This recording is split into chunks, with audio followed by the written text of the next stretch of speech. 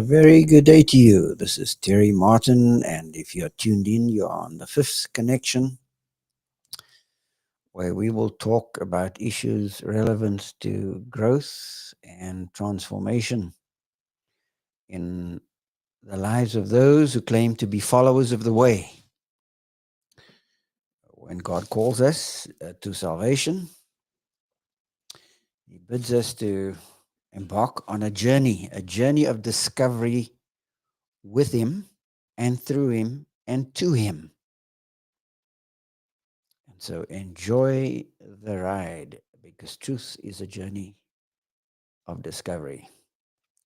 It's wonderful when we discover things for ourselves. And I want to talk to you today about a connection that I had not seen before. And it's wonderfully humbling to realize that you don't know everything. If knowledge is a drop, then ignorance is an ocean. And that saying is very true. The more you get to know, the more you discover what you don't know, something of what you don't know. So on this channel, if you want to contact us, want to contact me in particular, details are on the bottom of the screen. And you can follow us um, very carefully. And we have an email address. We have a phone number. You can ask questions in the chat. So this morning we want to look at the interesting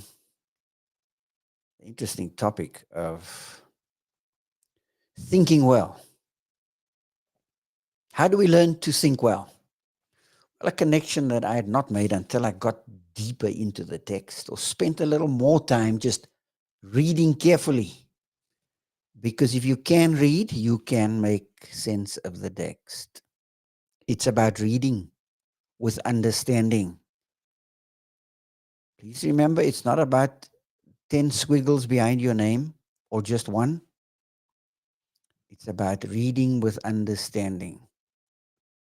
God has given us the scriptures to transform our lives. And the scriptures is that which orients me toward the flow of reality. So here's something that I had not seen before. Thinking well is linked and connected to loving well. Loving well and thinking well go together. If you want to learn to think well, then you need to learn to love well. Now, here's the problem.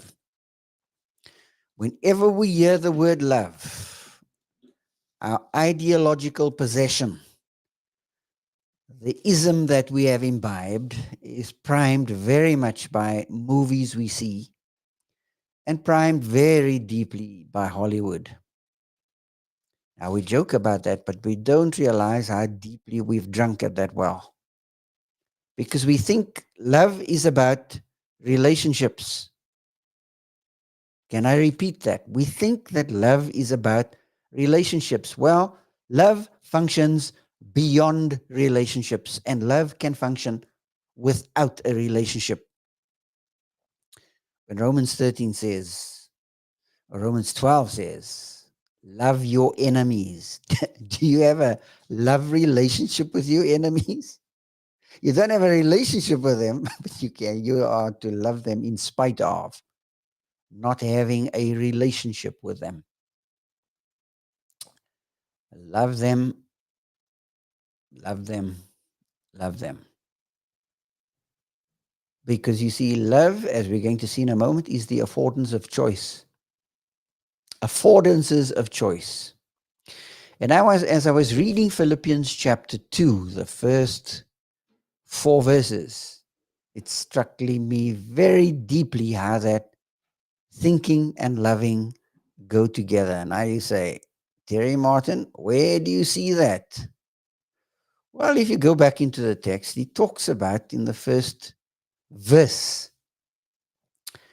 about the existence of encouragement in Christ. He says, if there is any encouragement in Christ, and this is an if clause, a conditional clause, and it's a true to fact clause. If this is so, then this is so.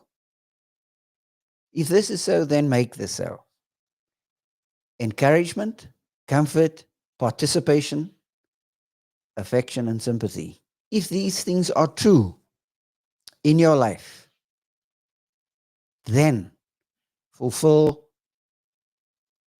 the condition, fulfill the imperative, the command. What's the command in verse 2? Complete my joy. How do you complete joy? Paul says to these Philippian followers of the way, be of the same mind. At the end of the verse, being in full accord.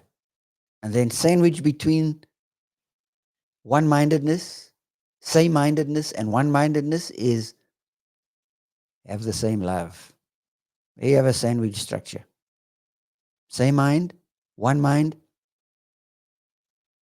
a focus inside of one-mindedness and same-souledness. Because that's the word for being in full accord. How are you to be in full accord? You are one-souled. You are same-souled. What does soulishness have to do with? The connection between humans and their environment.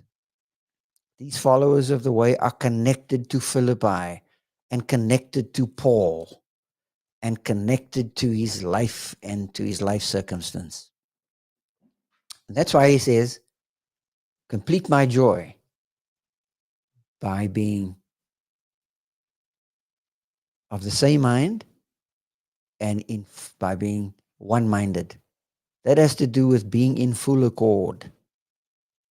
Being in full accord has to do with having the same love. Having the same love. Now, how does the believing community get there? Well, in order to think well, they need to love well. And love has to do with the affordance of choice. As I said earlier on, it's one of those tough things that we've been brainwashed with. In order to be well, to think well, being well has to do with thinking well, speaking well, listening well, and doing well. My Texas compadres would always greet you in a very crazy way. How y'all doing? Which means translate the following into British English. How are you all doing? Are you well? Are you thinking well, speaking well, listening well? Are you doing well? So part of being well, part of wellness has to do with thinking well because I am loving well. Loving well because I am thinking well.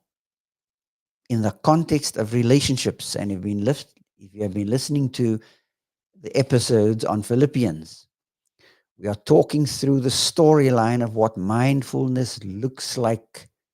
It inspires connections. It has high relationality to it. It's embedded inside of a social cultural construct. It is ignited, or it ignites cognition. It gets you to think right. And the thinking of a follower of the way is modal cruciformity. It's cross-shaped, if you will. Shaped by the cross. So thinking well has to do with loving well. And in the context of Philippians 2, it has to do with falling upwards. Fall up, not down. Fall up. Because it is the humbled, self-exalted. In God's economy, the way up is down. And you will fail your way to success because you will learn. As Erwin Lutzer so beautifully says, or writes about, failure is the back door to success. And loving well has to do with the affordance of choice. What's the affordance of choice? Well, the first time I heard the descriptor was on the Jim Rutt show with Forrest Landry. It's a very interesting way of defining love. Love is about affording choice to others because you are personally, voluntarily sacrificing what is costly to you for the benefit of others. And that's what affords them a choice or choices. There's a whole lot there. PVS, as I said in a previous episode, from verse 5 to verse 11, it's the humbled, self exalted. It's about order, disorder, and reorder. Order has to do with self, disorder has to do with being humbled, and the reordering has to do with being exalted. That's the pattern for the Christian life coming out of 1:27 of Philippians, where the two things that we are encouraged to acknowledge, the two privileges, the one is we have believing benefits, and the second one is we're going to be confronted with suffering sacrifices. It's been given unto you in the behalf of Christ. It's a privilege. These are privileges, not only to believe on him, but also to suffer for his sake. So what drives us are believing benefits, which he talks about in verse 1 and verse 2 of chapter 2 of Philippians. And then he starts out on the sacrificial sufferings. The two go together. Beloved, the two are friends. The benefits of believing and the suffering of sacrifices are friends. And until you realize that, you're going to constantly be very mad at God for what you consider he is allowing to happen in your life. And if you are a little more fatalistic, you're going to talk about your destiny. You've been destined for this before the foundation of the world. Very interesting concept, which I don't think is a biblical concept. But that's a discussion for another day.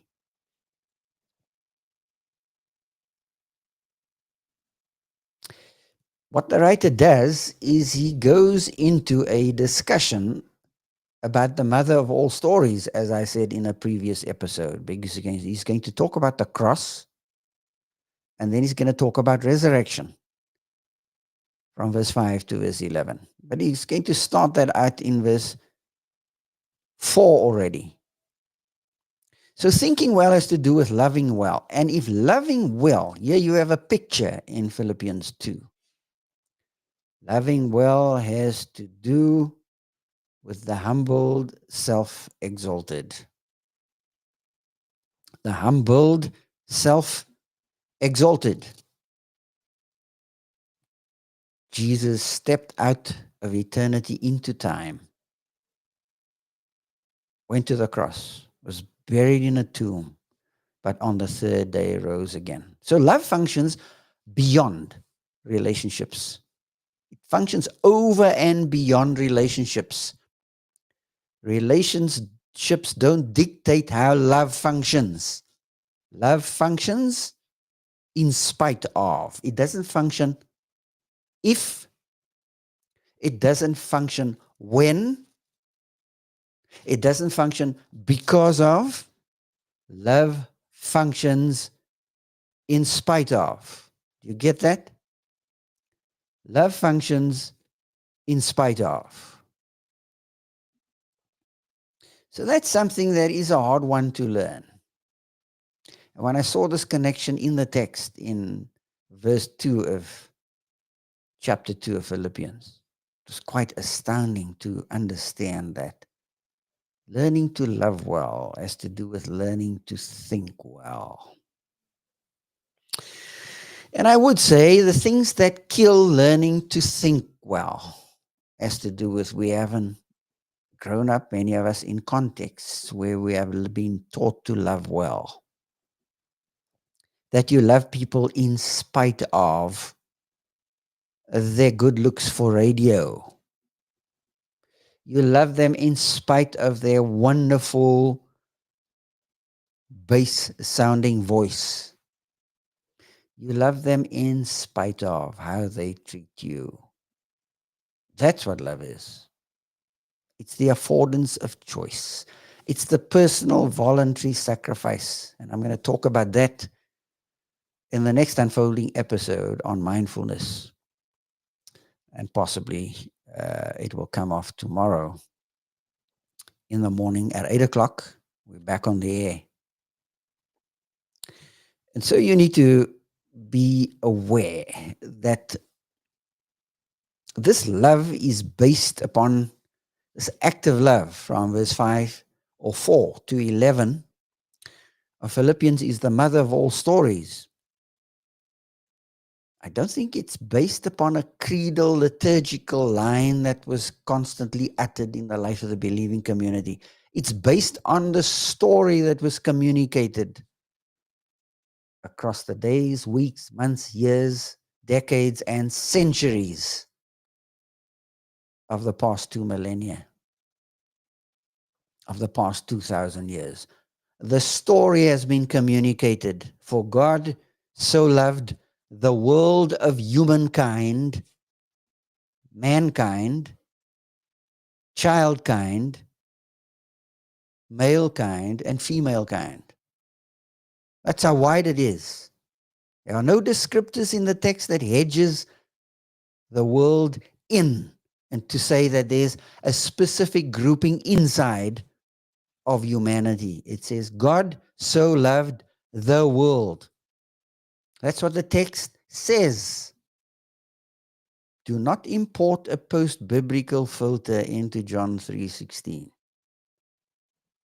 where you think Christ died for a select group inside of the world.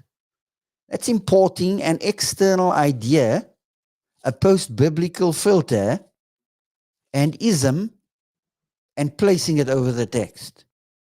What does the text say? If you can read, you can understand. So we don't need the help of an ism or a crutch to be able to understand what the text is saying. For God so loved the world. And about 40 New Testament texts that give you the flow across about 13 stories. And I've tracked them all in the New Testament. Gives you this idea of what love looks like.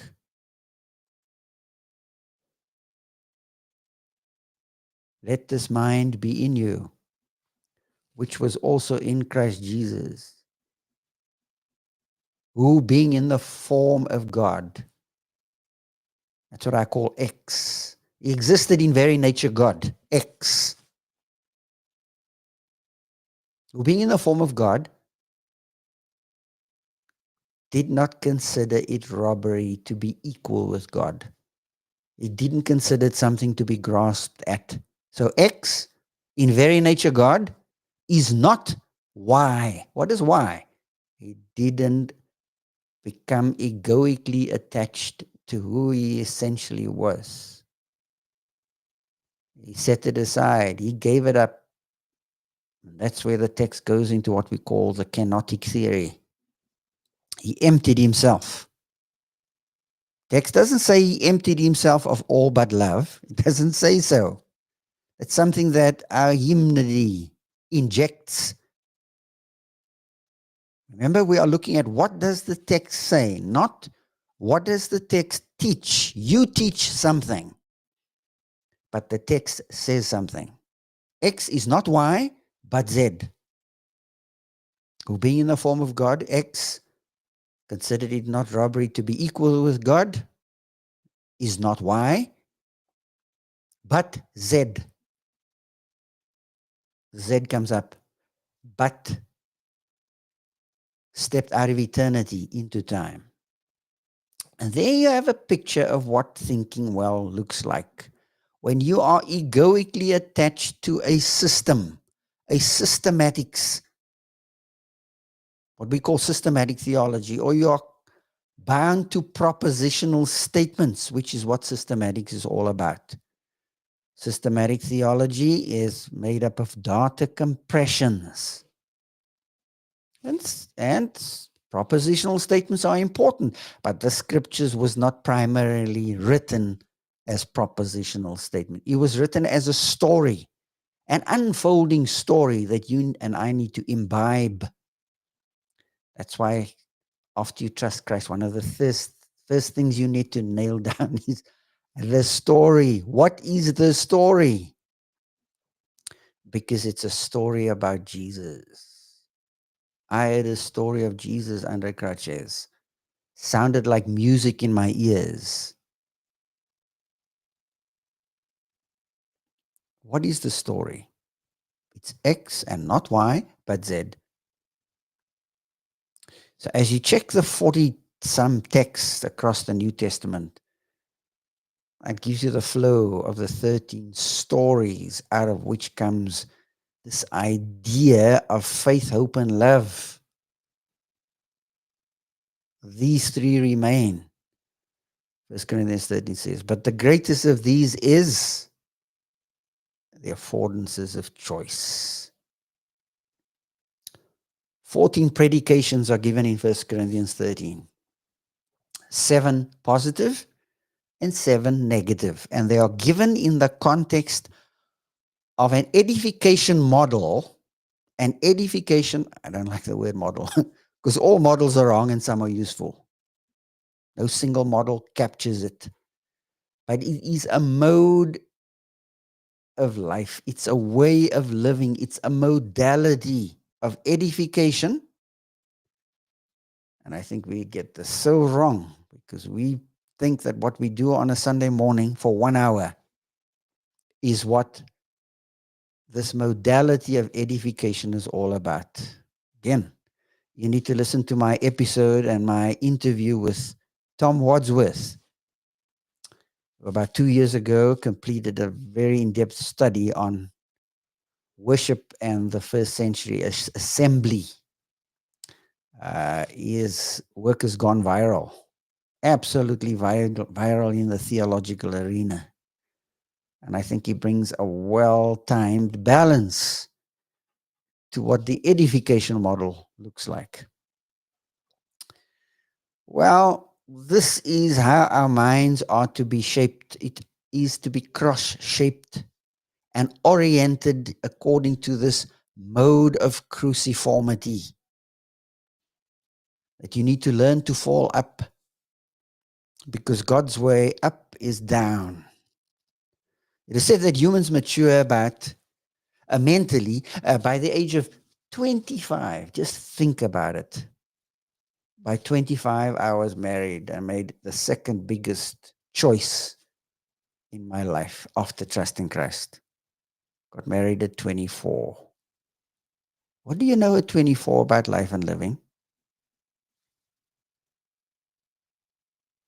And humans basically mature for the most part by age 25. And emotionally, if ever they mature emotionally, it happens a lot later. And it's said that we wake up and become enlightened because of the crises and crisis that hits our life around age 40. It's interesting that Ephesians 5:14 talks about, arise, O sleeper. Who's he talking to? Pagans? No, oh no, nay, nay. He's talking to blood-bought believers. It says, believers are to wake up. Arise, O sleeper, awake from the dead. Oh, that gets a bit irritating, doesn't it? Some would rather die than think, because thinking is hard work. And if you don't learn how to love, you don't learn how to think well. That's Ephesians 5:14. Arise, O sleep, awake from the dead, and Christ will give you life. And so we need to learn to use something which I call, and I will talk a lot more about this in later episodes, what I call a meta-heuristic life skill. We need to develop a meta means outside or beyond, a meta heuristic. What's a heuristic? It's a hack. It's a tool that you use. It's a thumbnail. We all have them because life is combinatorially explosive. You cannot process all of life in one shot. Your mind will pop. And so we come up with these little thumbnails, these little simplifications that help us make sense out of life. Well, there's a meta heuristic skill that we develop. Some never develop this. It's called wisdom. Wisdom is something that you don't buy at a store. Wisdom is something that you don't get when you listen to your guru. My American compatriot would say guru. Sounds like something that comes out of the genus of the kangaroo variety, right? We would say, as British speakers, English speakers, guru. Don't get it from your guru. It's something that God teaches you in the context of life and living. It's a meta heuristic.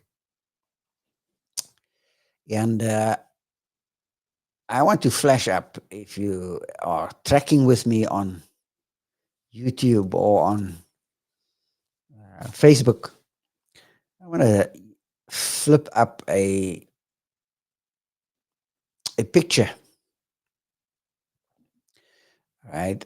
A picture that I think can help you in terms of thinking through this whole issue of what it means to, in a sense, imbibe what I call wisdom. Because how do you get there?